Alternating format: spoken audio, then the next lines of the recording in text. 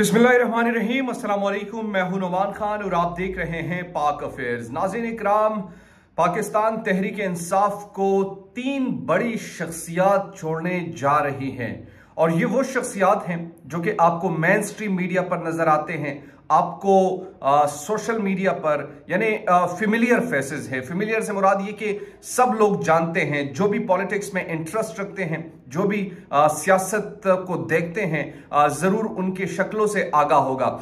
वो 3 शख्सियात कौन हैं और किसके दबाव पर, उन पर दबाव कौन डालना चाह रहा है और उस दबाव को वो क्यों बर्दाश्त नहीं कर सकते, इस पर बात करेंगे। जाहिर सी बात है, टफ कंडीशन है फॉर पीटीआई, बहुत सारी चीजें हैं, बहुत सारे लीडर अंदर हैं, बहुत सारे लीडर बाहर नहीं आ रहे, जो बाहर है वो बात नहीं कर सकते, इस तरह की सिचुएशन है।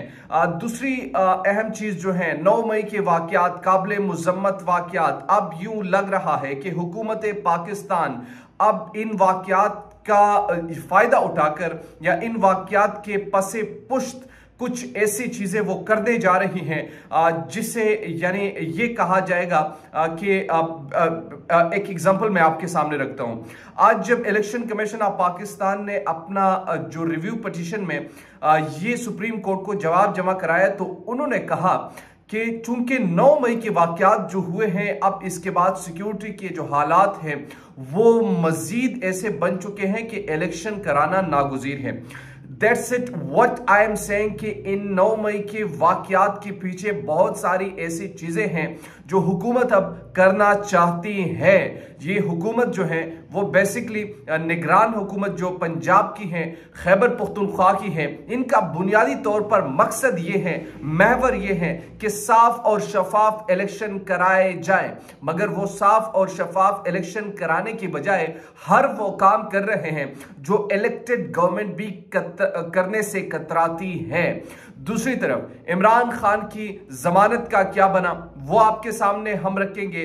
अल-कादिर ट्रस्ट में बुशरा बीबी को क्या रिलीफ मिला, नहीं मिला। पंजाब में आम इंतखाबात के हवाले से इलेक्शन कमीशन की नजरसानी अपील पर समाअत हो रही है, उस समाअत के हवाले से क्या इस वक्त सिचुएशन है। तीनों चीजें मैं कंबाइन करके आपके सामने रखूंगा और फिर आखिर में बताऊंगा आपको कि पाकिस्तान तहरीक इंसाफ को कौन लोग छोड़ने जा रहे हैं। आपने मेरे साथ रहने, अगर अभी तक आपने हमारे चैनल को सब्सक्राइब नहीं किया तो काइंडली डू सब्सक्राइब और चैनल, और इसी के साथ अगर अपने को राय देना चाहते हैं तो काइंडली कमेंट बॉक्स में अपनी राय जरूर अपनी राय से हमें जरूर आगाह कीजिए। आज इमरान खान जनाब पेश हुए एटीसी अदालत में भी। सबसे पहली चीज तो ये कि जो एंटी टेररिज्म कोर्ट है, इसमें जो जेआईटी की टीम थी वो वहां पर मौजूद नहीं थी। अब इनकी जो सीरियसनेस का लेवल आप चेक करें कि इमरान खान को पहले ये कहा गया इस बुनियाद पर वो गिरफ्तार करना चाहते थे कि शामिल तफ्तीश नहीं हो रहे। अब बुनियादी तौर पर सवाल ये है कि जब जेआईटी को इमरान खान ने ये कह दिया कि मैं हर किस्म की इन्वेस्टिगेशन के लिए आपके सामने तैयार हूं, तो अब वो वहां पर मौजूद नहीं है, जिस पर जज ने भी कहा कि ये इनका सीरियसनेस है और ये बात करते हैं कि हम जनाब तहकीकात कर रहे हैं। इंसदाद दहशतगर्दी अदालत ने 8 मुकदमात में साबिक वजीर आजम इमरान खान की अबूरी जमानत में 8 जून तक तोसी कर दी। तफसीलात के मुताबिक इस्लामाबाद की इंसदाद दहशतगर्दी अदालत में चेयरमैन पीटीआई इमरान खान के केसेस की समाअत हुई। इंसदाद दहशतगर्दी अदालत के जज राजा जवाद अब्बास ने समाअत की। वकील सलमान सफदर ने बताया कि इमरान खान के खिलाफ 8 केसेस हैं। जेआईटी टीम इमरान खान को शामिल तफ्तीश कर चुकी है। हम पर सिर्फ 109 का इल्जाम है, जिस पर जज ने रिमार्क्स दिए, आप सिर्फ अभी तक 1 मुकदमे में शामिल तफ्तीश हुए हैं। वकील सलमान सफदर का कहना था कि तमाम मुकदमात में ज्वाइंट इन्वेस्टिगेशन बनाई गई है, जेआईटी बनी और हम शामिल तफ्तीश हो गए हैं। अना का मसला नहीं है। लाहौर एटीसी ने तफ्तीशी से कहा जो पूछना है अभी पूछ ले, यहां भी अगर कोई इजाफी सवालात है तो जवाब देने को तैयार है। सलमान सफदर ने बताया कि इमरान खान और बुशरा बीबी को अभी नैब भी पेश होना है। इस्लामाबाद हाई कोर्ट में 8 जून की तारीख है। गुजारिश है तमाम मुकदमात में एक ही दिन दलाइल देने की इजाजत दी जाए, जिस पर अदालत ने कहा आप एक केस में तो दे ही सकते हैं। इमरान खान शामिल तफ्तीश हो चुके हैं। वकील ने बताया कि हमने नैब में भी पेश होना है। इमरान खान की अहलिया भी अदालत भी साथ है। अदालत इजाजत दे तो आइंदा समाअत पर दलाइल दूंगा। प्रोसिक्यूटर ने अदालत को बताया कि 4 केसेस में जेआईटी बनी है। उन्होंने जेआईटी को इन्वेस्टिगेशन के लिए ज्वाइन नहीं किया। इस्लामाबाद हाई कोर्ट ने इन्वेस्टिगेशन ज्वाइन करने का कहा। इमरान खान की जानिब से जवाब आया कि टांग ठीक नहीं है।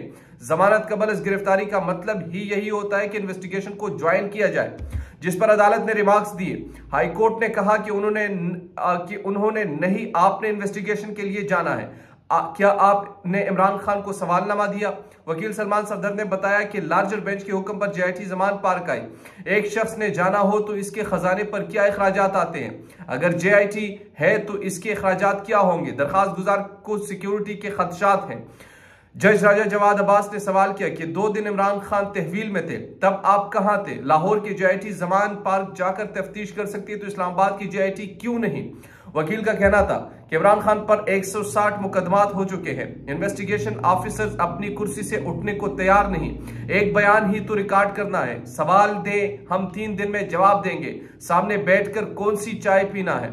इंसदाद दहशतगर्दी अदालत ने इमरान खान की अबूरी जमानत में 8 जून तक तौसी कर दी है।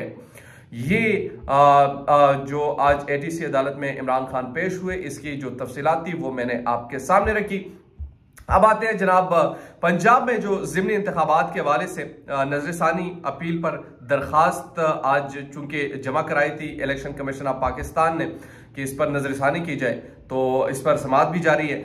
अच्छा, तफसीलात के मुताबिक सुप्रीम कोर्ट में पंजाब इंतखाबात केस में इलेक्शन कमीशन नजरसानी दरखास्त पर समाअत आज हो रही है, बल्कि चीफ जस्टिस उमर अता बंदियाल के सरबराही में 3 रुकनी बेंच समाअत कर रहा है। इलेक्शन कमीशन के वकील दलाइल का आगाज करेंगे। वफाक और पंजाब हुकूमत अपना जवाब जमा करा चुकी है। पंजाब हुकूमत ने तहरीरी जवाब में सूबे में फौरी इंतखाबात की मुखालफत करते हुए कहा था कि इलेक्शन की तारीख देने का इख्तियार सिर्फ सुप्रीम कोर्ट का नहीं, इलेक्शन की तारीख देने का इख्तियार रियासत के दीगर इदारों को है। अच्छा, यहां पर यह सवाल उठा दिया इलेक्शन कमीशन ने कि जनाब इख्तियार हमारा है तारीख देने का। बिल्कुल chief election commission of Pakistan का ये इख्तियार है कि वो डेट अनाउंस करे, लेकिन अगर इलेक्शन कमीशन किसी पार्टी का तर्जुमान बनकर उनके इंस्ट्रक्शन पर चलता है और अवाम को उनके हुकूक नहीं देता, उनके राय का हक नहीं देता, तो फिर इट्स मीन कि आप भी आइन को वायलेट कर रहे हैं, जो कि ऑलरेडी आप कर चुके हैं। 90 डेज में इलेक्शंस का कॉन्स्टिट्यूशन बिल्कुल वाज़ेह तौर पर कहता है, लेकिन आप नहीं करवा रहे वहां पे, तो इट्स मीन कि आप खुद को कॉन्स्टिट्यूशन से बड़ा समझते हैं या किसी पार्टी का स्पोक पर्सन जो सिकंदर सुल्तान साहब है वो समझते हैं। क्योंकि पाकिस्तान की आवाम का दर्द अगर आपको होता तो 90 डेज में आप इलेक्शंस करवाते, आप कहते कि जनाब ये आवाम का हक है, हम डिसाइड करते। लेकिन आप में उतनी हिम्मत नहीं है कि आप किसी सियासतदान, किसी पार्टी, किसी सियासी रहनुमा के सामने डट कर खड़े होकर सामने से ये कहें कि हाँ जनाब आप चाहे जो मर्जी कर ले, लेकिन ये मेरा काम है और ये मेरा इख्तियार है। आपको तो शक्ल से नजर आ रहा है कि जनाब आप किसके इंस्ट्रक्शन पर इस वक्त चल रहे हैं, आप किस कानून के तहत 90 डेज में इलेक्शन नहीं करवा रहे, आप किस कानून के तहत आपने कॉन्स्टिट्यूशन को वायलेट किया, इसका जवाब आपको देना पड़ेगा चीफ इलेक्शन कमिश्नर साहब। ये तो मामूली बातें हैं, ये वक्त गुजर जाएगा, बट ये चीजें आपका पीछा करेंगी। मैं आपको अभी से बता रहा हूं ये मामला जो है। बहरहाल ये अहम चीजें थी आज की। पाकिस्तान तहरीक इंसाफ के 3 लोग मैंने आपको कहे। इस वक्त फवाद चौधरी पर बहुत ज्यादा प्रेशर है, हद से ज्यादा प्रेशर है कि उनको पार्टी छोड़ने पर मजबूर किया जाए। अब 2 रहनुमा और भी है, अभी तक ताहाल कोई फैसला नहीं किया, बट ऐसी खबरें आ रही हैं कि शायद वो ये प्रेशर प्रिवेल नहीं कर सकेंगे। दीजिए नुमान खान को इजाजत, अल्लाह निगहबान।